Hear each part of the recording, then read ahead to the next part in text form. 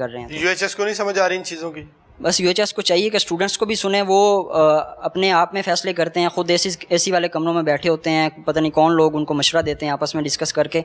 उनको चाहिए कि एक ऐसा पोर्टल हो जिस पे वो स्टूडेंट्स की बात सुने भी और वो एक्टिव भी हो, और वो बात ऊपर तक जाए, वीसी साहब तक जाए, उनको पता चले कि ये स्टूडेंट्स के कंसर्न है छुट्टियों के हवाले से, अटेंडेंस के हवाले से और एग्ज़ाम्स के हवाले से। एग्ज़ाम पासिंग परसेंटेज, अब रिसेंटली इन्होंने पासिंग परसेंटेज भी बढ़ा दी है। पासिंग परसेंटेज बढ़ाना मेरा नहीं ख्याल कि हर जगह पे एक, अब देखिए हम शुरू से पढ़ते हैं पासिंग परसेंटेज 33% या 30% पास होता है। एमबीबीएस में हमारा पहले ही 50% है, यानी उससे ज़्यादा ही है हमारा पहले भी।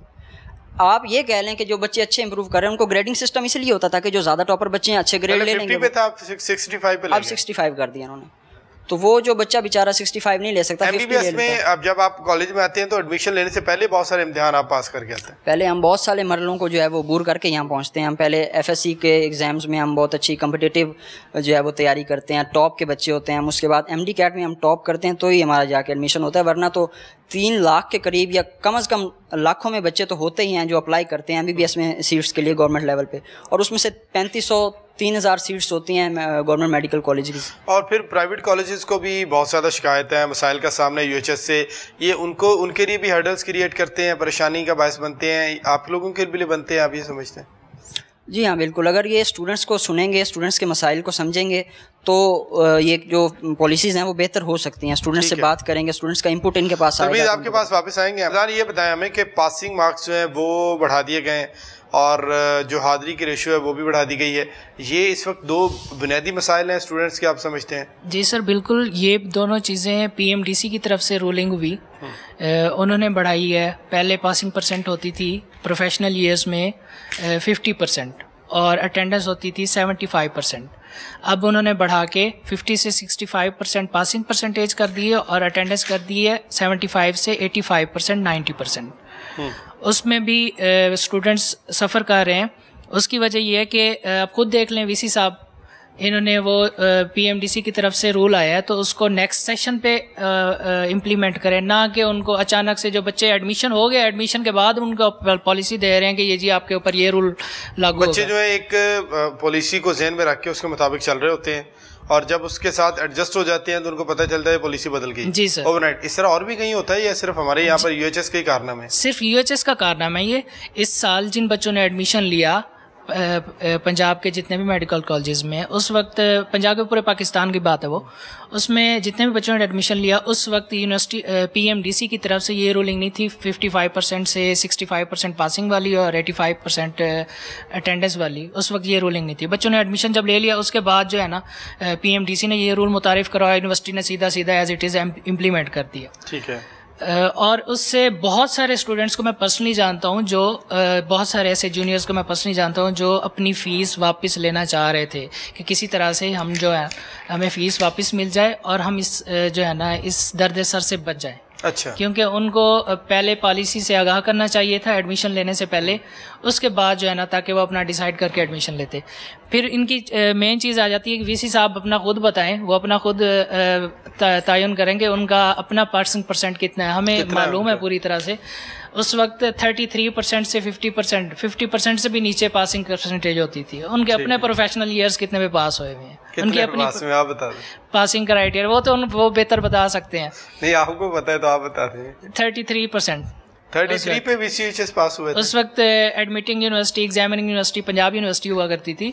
उस वक्त वीसी साहब की अपनी परसेंटेज वो देख लें कि आप क्या 65% हो सकता है इससे ज़्यादा लिए हो, आपको किसी ने गलत बता दिया हो। नहीं सर, वो कन्फर्म है पीएमडीसी से सर। लेकिन ये भी तो मसला है ना कि यूएचएस ने सबकी और किसी के साथ रजिस्ट्रेशन करने, एफिलिएशन करने नहीं देते प्राइवेट कॉलेजेस को भी, यानी अपने हाथ में सारा कुछ रखा हुआ है। पंजाब यूनिवर्सिटी है, बड़ी यूनिवर्सिटी है, प्राइवेट सेक्टर की बहुत अच्छी यूनिवर्सिटियाँ हैं जो बहुत अच्छा काम कर रही हैं, और प्राइवेट यूनिवर्सिटीज़ को अगर आप निकाल दें तो आप तो डॉक्टर्स की कमी को पूरा ही नहीं कर सकते।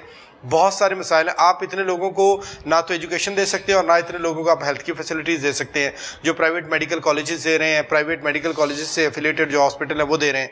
लेकिन ये और किसी के साथ उनको एफिलिएटेड भी नहीं होने देते, किसी और यूनिवर्सिटी के साथ इलाक़ नहीं करने देते। ये भी मसाइल की वजह है। जी सर, जब वो मैनेज ही नहीं कर रहे, अगर आप नहीं मैनेज कर पा रहे हैं तो ठीक है, आप उसको खोलें विंडो को, जो अच्छा काम कर रही है दूसरी यूनिवर्सिटीज, उनको आगे आने दें, उनके साथ एफिलिएशन करने दें उनको। जी सर बिल्कुल। और उसके अलावा इससे मसाइल कम हो सकते हैं आपके? इससे मसाइल स्टूडेंट्स के भी कम हो सकते हैं, मेडिकल कॉलेजेस के भी कम हो सकते हैं, जो डॉक्टर्स के दरमियान जो अफरा तफरी फैली हुई है वो सारा कुछ सिस्टम पूरा ठीक हो सकता है।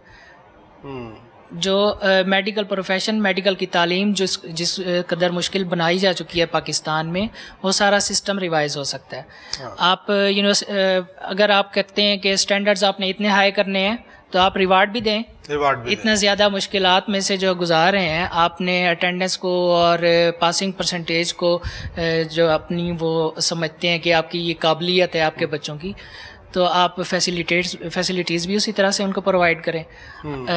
इतना तलमीज़ ने बताया कि एक टीचर जो है गवर्नमेंट कॉलेजेस में तकरीबन 350 बच्चा होता है एक क्लास में, ये काफ़ी ज़्यादा तादाद, और एक प्रोफेसर होता है उनको लेक्चर देने वाला। आप उसको रिवाइज करें, उस इशू पे बात करें। एक प्रोफेसर, एक टीचर किस तरह से 350 बच्चे को संभाल सकता है? ऐसे ही ये तो आलमी जो म्यार है उसको भी हम जो पूरा नहीं कर पा रहे हैं, उससे भी बहुत नीचे जा रहे हैं। जो हमारे अपने स्टैंडर्ड है उनको भी मीट नहीं कर पा रहे। और दूसरा, आपके पास इतनी स्ट्रेंथ है और प्राइवेट कॉलेजेस को आप काम करना नहीं देना चाह रहे, वहाँ पे स्टूडेंट्स को जाने नहीं दे, उनकी हौसला अफजाई करने के बजाय उनकी हौसला शिकनी करते हैं। इस तरह के स्टैंडर्ड्स, इस तरह की बार्स लगा दी हैं कि वो काम ही ना कर सके। PMDC का क्या किरदार है इसमें? आप अजान, अब बात आपने काफ़ी क्लियर की है, ज़रा ज़ुहैर से मैं दोबारा पूछूंगा। ज़ुहैर, इसके अलावा जो ज़हनी दबाव आप समझते हैं कि स्टूडेंट्स को उसका सामना करना पड़ता है, जिससे उनकी एजुकेशन जो है वो काफ़ी ज़्यादा मुतासिर होती है। जब आप मेंटली फ्री नहीं होंगे, आप इजी नहीं होंगे यहाँ से, तो फिर बच्चे डिलीवर नहीं करेंगे। फिर बाद में पता चलता है कि इतना पैसा लगा के बच्चे पास नहीं हो सके और फिर डिप्रेशन में चले जाते हैं। वालिदैन को अलग से मसाइल का सामना करना पड़ता है। इसमें यही बात है कि अगर आप जो हैं एक 150 की है क्लास, ठीक है, और एक टीचर आपको पढ़ा रहा है, आप उससे एज अ पर्सनली भी अगर आप उससे मिलना भी चाहेंगे ना, तो वो भी नहीं आप मिल सकते टीचर से। वह आपको बोलेगा कि ये मेरे बस की बात नहीं है, ये मेरा काम नहीं है, आप जाके ऑनलाइन पढ़ें। तो फिर हमारा फ़ायदा ही क्या है क्लास में आने का, पढ़ने का? अब एक बच्चे को क्लास में बैठ के समझ, क्लास के अंदर वो सहूलत ही नहीं मिलती जिसके लिए आपने इतना ट्रैवल करके आना है। क्लास के अंदर सवाल करने की इजाजत ही नहीं होती थी। अच्छा, तो फिर क्लास करने का मकसद क्या है? ये अगर हम लोग कोई सवाल करेंगे टीचर से कि ये बात हमको समझ नहीं आई है, ये चीज़ जो है हमको बच्चे समझा दें, वो हमको सबके सामने क्लास में ही बोल देगा कि ये मेरा काम नहीं है, मेरा काम है आपको सिर्फ आके बोर्ड पे लेक्चर देना और बस चले जाओ। तो वो तो आप ऑनलाइन भी ले सकते हैं। वही अगर 300 लोगों में से 10% भी सवाल पूछेंगे तो वो सारा टाइम तो सवाल पूछने में निकल जाएगा और वो सबका सवाल जवाब भी नहीं दे सकेंगे। तो फिर इसकी अफादियत UHS के जो पॉलिसी साज हैं उनको देखना चाहिए कि उनकी पॉलिसियाँ जो किस तरह से तलबा को जो मसाइल का सामना।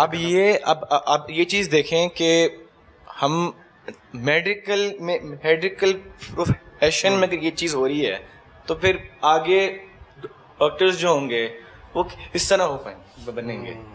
हम सबको एक साथ मिलकर काम करना चाहिए।